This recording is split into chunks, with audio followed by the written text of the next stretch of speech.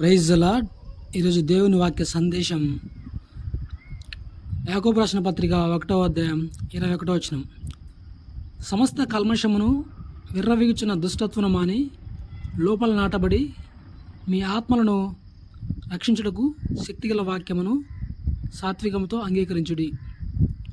మనం కంటితో చూసేదాన్ని బట్టి, చెవితో వినేదాన్ని బట్టి మన శరీరం మొత్తం పనిచేస్తుంది.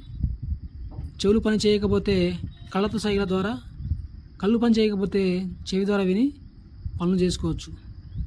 కళ్ళు చెవులు పని చేయకపోతే ఏ పని చేయలేరు. ఒక రకంగా చెప్పాలంటే జీవత్యంలా బ్రతకాల్సిందే. అలాగే దేవుని వాక్యం మనకు కళ్ళు చెవులు వంటిది. కళ్ళ ద్వారా, చెవుల ద్వారా మాత్రమే మనకి వాక్యం తెలుస్తుంది. మన శరీరంలో ప్రతి భాగము వాటి కంటే ఎక్కువ పనులు చేస్తుంది. నోరు మాట్లాడుతుంది, తింటుంది, ముక్కు వాసన చూస్తుంది, గాలి బీస్తుంది, కళ్ళు చూస్తాయి, ఏడుస్తాయి, నిద్రపోతాయి. కానీ చెవి మాత్రం ఒకటే పని చేస్తుంది, వినడం. మీరు వినువారు మాత్రమే ఉండి మిమ్మల్ని మీరు మోసపుచ్చుకోనకుండా వాక్య ప్రకారం ప్రవర్తించు వారే ఉండుడి అని యాకోబు రాసిన పత్రిక 1వ అధ్యాయం 22వ వచనంలో చెప్పడం జరిగింది.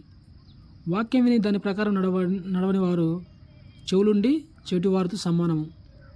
మనిషి ఎంత తినప్పటికీ అది వంట పట్టకపోతే శరీరంలో ఏదో జబ్బు ఉందని అర్థం. అలాగే వాక్యం ఎంత వినినప్పటికీ మనిషిలో మార్పు రాలేదంటే వాళ్ళ దయ్యం ఉందని అర్థం. దయ్యపట్టిన వారికి వాక్యం అన్నా, యేసు ప్రభువు అన్నా గిట్టదు. చర్చికి వెళ్ళాలన్నా, బైబిల్ చదవాలన్నా, ప్రార్థన చేయాలన్నా అసలు ఆసక్తి ఉండదు. సంఘ కాపర్లను చూసినా, వాక్యం చెప్పేవారిని చూసినా భయంతో దాక్కోవడం, పారిపోవడం చేస్తారు. సేన అనే దేవుని పట్టిన వాడొకడు యేసుని చూసి నాతో నీకేమీ నన్ను బాధపరచుకోమని చెప్పడం మనం చూడగలం. క్రైస్తవులు ఉన్నప్పటికీ దేవుడన్నా, దేవుని పనులన్నా ఆసక్తి లేకపోవడం, దేవుని గురించి ఆలోచించలేకపోవడం, ఈ లోక సంబంధమైన జీవితాన్ని ఎక్కువగా ప్రేమించడం, ఇవన్నీ సాతాను లక్షణాలే. మనము అలాంటి భావనలు ఉంటే మనలో కూడా దయ్యం ఉందని అర్థం. మరి దయ్యంలో బారిపడి నుండి మన ఆత్మ రక్షించడానికి శక్తిగల వాక్యమును సాత్వికంతో అంగీకరించడానికి మనం సిద్ధపడాలి.